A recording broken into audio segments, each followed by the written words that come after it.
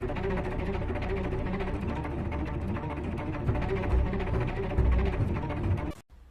kayo sa akin. Bantay kayo sa akin. Bantay kayo sa akin. Basta pagka magloko-loko, ayaw ko nang makita pa nakatindig isa. Wala akong gustong nakakita nakatindig sa inyo. Yan talaga ang totoo. Prangka nationwide yan.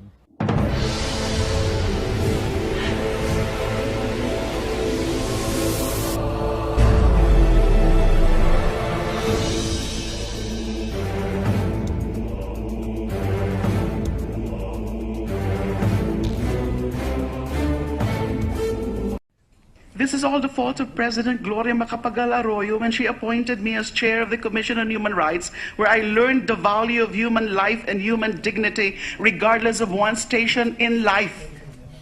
This is also the fault of President Benigno S. Aquino III when he appointed me as Secretary of Justice, where I learned to fight the abuse of power, corruption, and have taken to heart the principle that peace is a work of justice.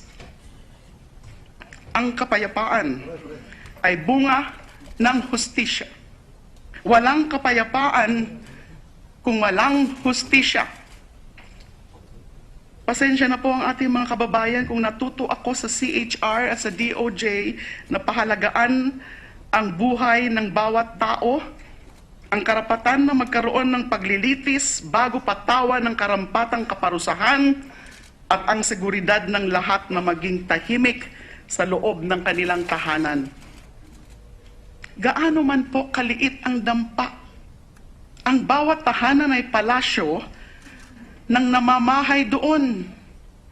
Yan ang itinuro sa atin sa batas. Kung gaano kabuo ang respeto ng mga pulis na nagtutukhang sa Forbes Park at sa Dasmariñas Village, ganun din dapat ang respeto na pinapakita nila sa mga tinutukhang nila sa mga maralitang nakatira sa mga tabing ilog at estero. Mayaman man o mahirap, kapag tinukhang mo, dapat ay pantay-pantay.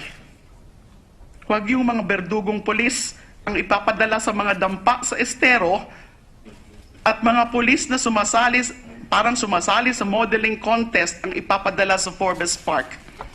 Sasabihin na naman po siguro ni Senator Cayetano na hindi na naman mga nagmo-model na pulis ang pinapadala sa Forbes Park. Figure of speech lamang po yun. Hindi dapat intindihin ng literal.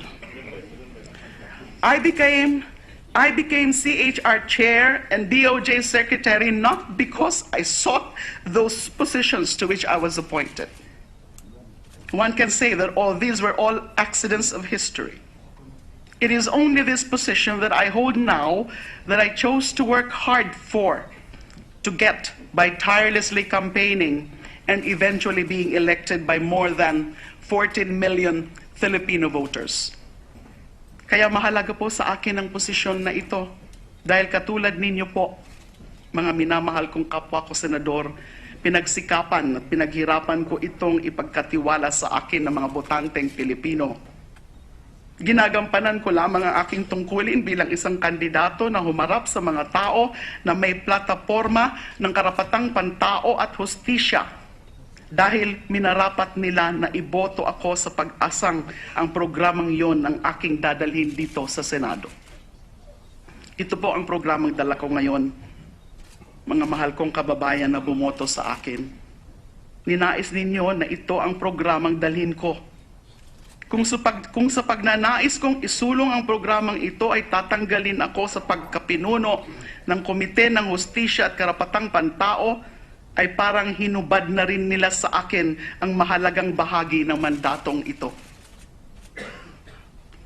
Pero tatalima po ako sa desisyon ng Senado. Hindi naman dito natatapos ang laban. Nag-iba lang ang anyo at posisyon ng mga magkakatunggali. Pero malinaw pa rin ang adhikain at pananalig na sa bandang huli ang hustisya at karapatan ng bawat mamamayan ng mananaig, hindi ang dikta ng kapangyarihan.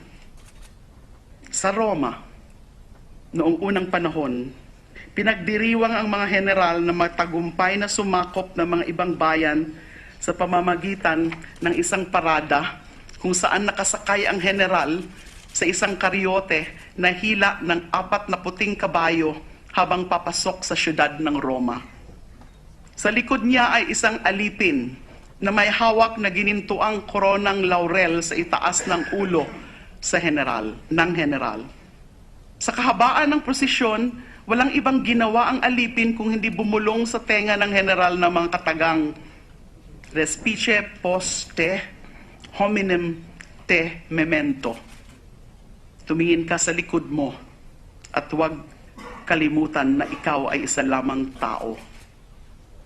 Hindi Diyos, tao. Tao ka lamang.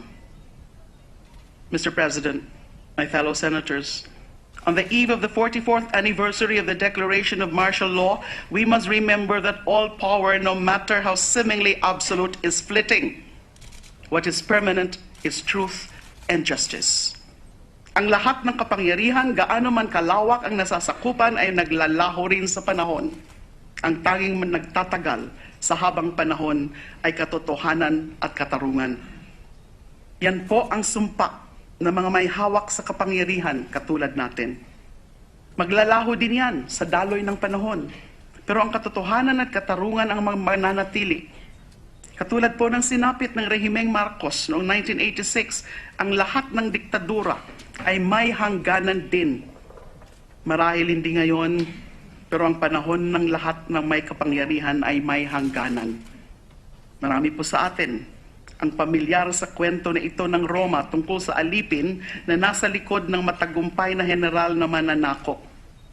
Ang hindi pa alam ng marami na ang kinakatakutan ng general ay si Fortuna, na kung tawagin ay ang berdugo ng lasing ng tagumpay, the butcher of glory. Meron na naman pong Roman terms dito para ho sigurado, may kodigo po ako na eksakto yung aking pagkakabigkas. Iubetque eiusdem respicere similis medicina lingue ut sit exotara ot artergo fortuna gloriae carnifex. Pinagbabadyaan ng mga kataga ang matagumpay na general. Tumingin ka sa likod upang mapaamo mo si Fortuna, ang berdugo ng lasing na tagumpay. Sa mga general ng tagumpay at kapangyarihan sa ating panahon, si Fortuna ay inyong kapalaran. Nagbabadya na ang lahat ng hawak ninyo ngayon ay maglalaho sa panahon. Mapaamo nyo man siya at siya pa rin ang kikitil sa inyong pagkalasing sa panandaliang kapangyarihan at tagumpay. Maraming salamat po. Naaawa na po ako sa inyo, mahal na Pangulo. Tigilan niyo na po ako. Ano pong gusto niyo sa akin? May gusto po ba kayo sa akin?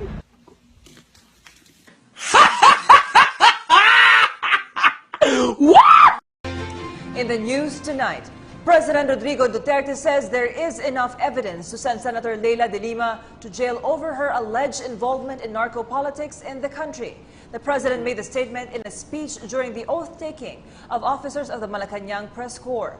Last week, high-profile inmates at the new Bilibid prisons in Muntinlupa City testified before the House Committee on Justice that De Lima, then the Justice Secretary, received millions of campaign funds from drug lords led by J.V. Sebastian, detained inside the National Penitentiary. More details of this report from Rocky Nasir. President Rodrigo Duterte is confident that former Justice Secretary, now Senator Leila de Lima, will go behind bars due to her alleged involvement with illegal drug trade at New Bilibid Prison or MBP. Speaking at the mass taking of new sets of officers of the Malacanang Press Corps, Malacanang Cameramen Association, and Presidential Photojournalists of the Philippines in Malacanang, the President said that there are strong testimonial and circumstantial evidence against de Lima. But ito si de Lima, she screwed her driver and screwed the nation. Na naipit niya, gusto niya akong idamay. Makukulong man talaga yan siya. Sigurado yan because of the testimonial evidence. Makukulong ito when everybody says, 5 or 6 would say that they contributed money. So, on a national scale, and even who brought in the narco politics? It is here already. You elected a senator, kayong mga Pilipino na who was into narco politics, who was being financed from the inside. Huwag na sana yung sa labas. From the convicts inside the prison, financing this candidacy of a senator and winning. What do you call that? President Duterte added that formal charges will be filed against De Lima after the Department of Justice and Congress inquiry on illegal drugs. What specific charges are you looking at, sir? Just to be clear about Plenty it. drugs actually. Punishable by no bail yan. Thank you. Thank you, Mr. President. Ito ngayon, then the next time she's in prison, there's no more worry about liaisons and dalliance. Mas kulungan na siya. Meanwhile, De Lima asked the president to stop implicating her to illegal drugs. Meron daw po ba kayong gusto sa kanya kaya kayo nagkakaganyan? Sus Maria Josep. Alam mo, every time I view the video, I lose my appetite.